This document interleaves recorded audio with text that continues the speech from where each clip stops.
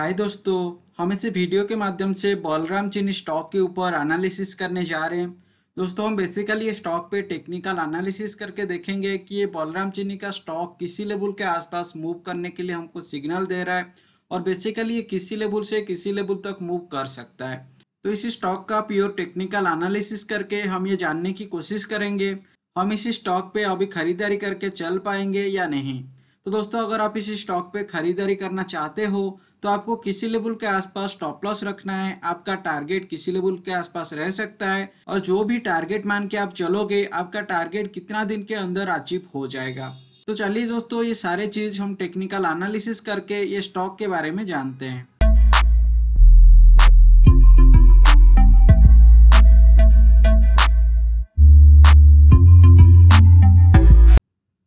देखिए दोस्तों, यहाँ पे मैंने बलराम चीनी स्टॉक का डेली चार्ट ओपन किया है और इसी डेली चार्ट के हिसाब से अगर आप पहले इसका वॉल्यूम को देखेंगे, देखिए इसका वॉल्यूम लास्ट ट्रेडिंग डे पे हाई वॉल्यूम के साथ क्लोजिंग दिया है। अगर कोई भी स्टॉक हाई वॉल्यूम के साथ ट्रेड करता है उसके बाद हमको उसका कैंडल को देखना है कि ये बुलिश या बियरिश कैंडल फॉर्म करता है।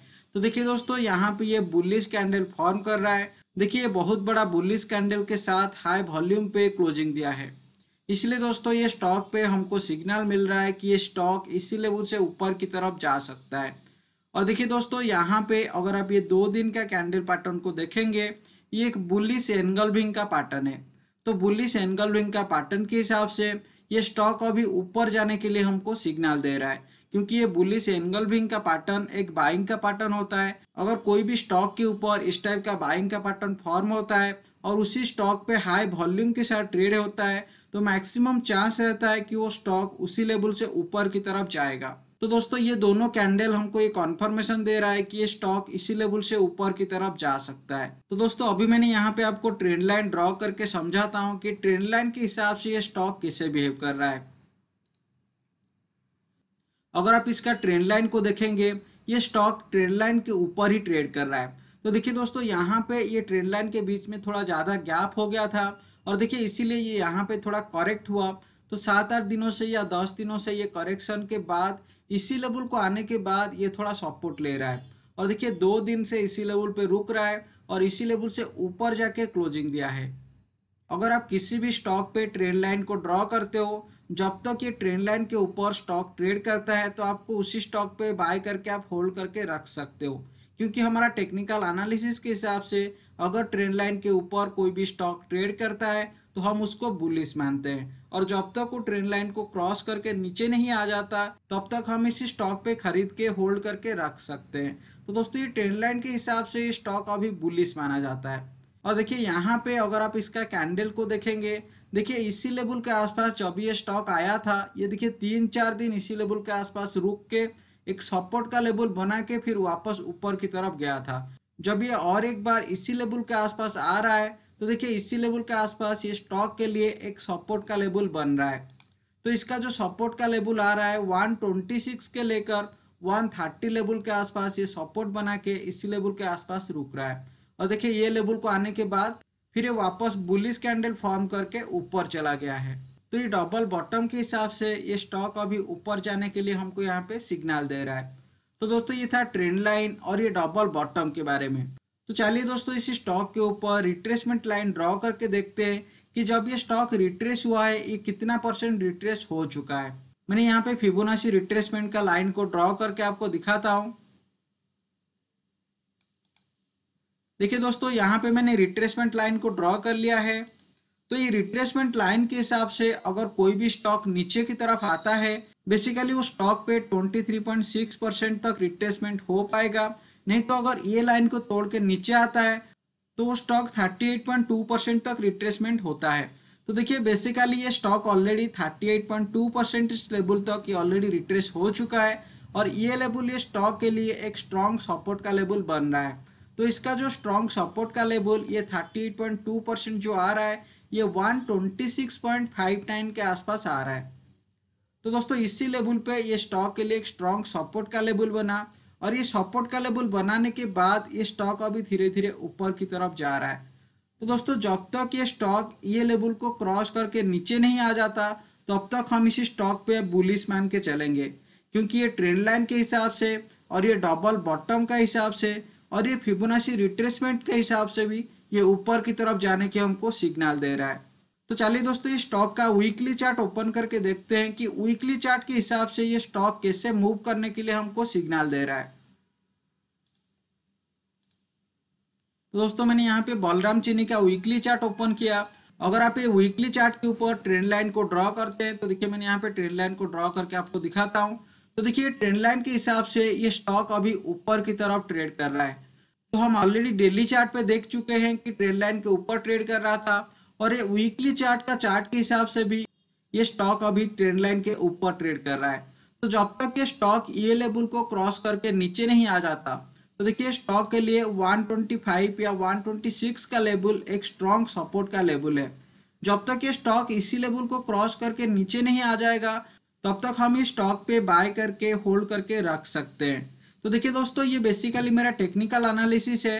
हो सकता है इसी लेवल से स्टॉक थोड़ा नीचे आ जाए, लेकिन अभी तक ये टेक्निकल एनालिसिस के हिसाब से ये स्टॉक नीचे आने के लिए इतना ज़्यादा कुछ कॉन्फर्मेशन नहीं दे रहा है, क्योंकि ये डेली चार्ट के हिसाब से या वीकली चार्ट के हिसाब से ये ऑलरेडी इसका सपोर्ट लेवल पे ऊपर ट्रेड कर रहा है।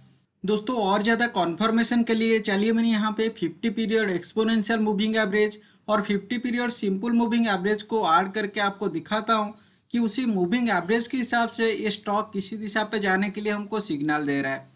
देखिए दोस्तों बेसिकली एक्सपोनेंशियल मूविंग एवरेज या सिंपल मूविंग एवरेज के ऊपर अगर कोई स्टॉक ट्रेड करता है तो हम उसी स्टॉक को बुलिश मानते हैं।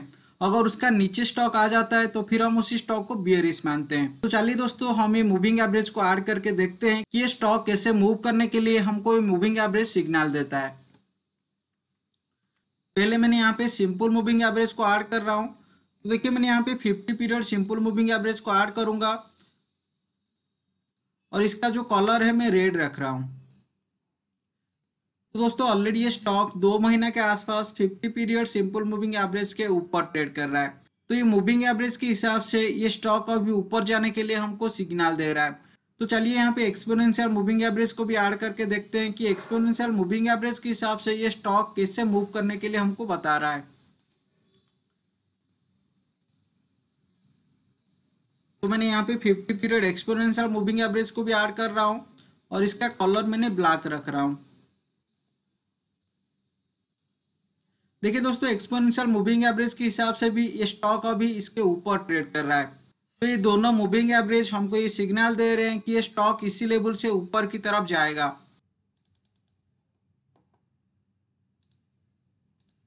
मैंने जो भी एनालिसिस करके आपको बता रहा हूँ ये इंट्राडे ट्रेडिंग का नहीं है, ये स्विंग या पोजिशनल ट्रेडिंग के लिए आप इस पे काम कर सकते हैं। तो देखिए अगर आप इस पे स्विंग या पोजिशनल ट्रेडिंग के लिए काम करना चाहते हैं, जब ये स्टॉक ये 133 लेवल को क्रॉस करके इसका ऊपर ट्रेड करेगा आप इसी लेवल के आसपास खरीदारी कर सकते हैं। अगर आप ये लेवल के आसपास खरीदारी करते हो आपका जो बेसिक स्टॉप लॉस रहेगा आप ये 25 या 26 लेवल के आसपास आपकी स्टॉप लॉस लेके चल सकते हैं।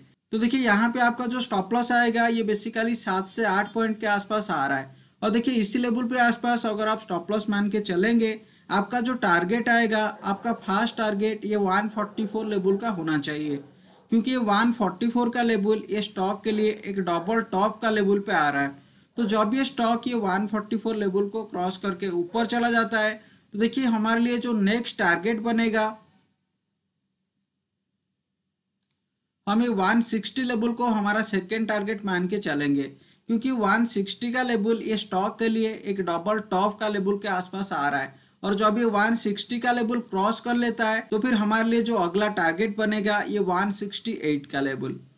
तो दोस्तों हमारा टारगेट किसी लेवल के आसपास आएगा और हम किसी लेवल पे स्टॉप लॉस रख के चलेंगे हम उसके बारे में डिस्कशन किए। लेकिन देखिए दोस्तों ये टारगेट कितना दिन के अंदर आएगा वो जानने के लिए मैंने यहाँ पे एटीआर का वैल्यू को ऐड कर रहा हूँ, क्योंकि एटीआर वैल्यू के हिसाब से हमको पता चलता है कि स्टॉक एक दिन पे कितना मूव कर सकता है या एक हफ्ते में कितना मूव कर सकता है। तो ये टारगेट हमारा कितना दिन के अंदर आएगा वो हमको हमारा एटीआर का वैल्यू बता सकता है। तो चलिए दोस्तों यहाँ पे मैंने वीकली चार्ट ओपन करता हूँ और ये वीकली चार्ट के हिसाब से हम उसका एटीआर वैल्यू को ऐड करके देखेंगे कि एटीआर वैल्यू के हिसाब से हमको कितना दिन के अंदर हमारा टारगेट आ जाना चाहिए।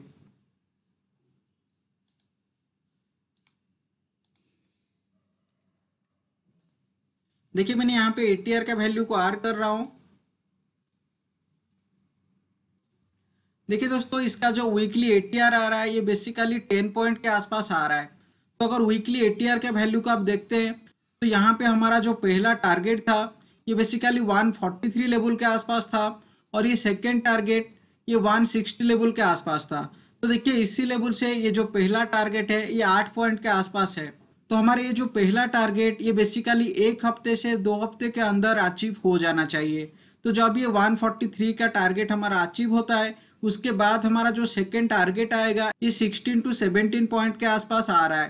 तो देखिए हमारा ये जो सेकेंड टारगेट ये बेसिकली 3 हफ्ते से 4 हफ्ते के अंदर ये अचीव हो जाना चाहिए, क्योंकि ATR का वैल्यू 10 के आसपास दिखा रहा है। अगर स्टॉक थोड़ा साइडवाइज भी मूव करता है फिर भी 3 से 4 हफ्ते के अंदर ये टारगेट आ जाना चाहिए।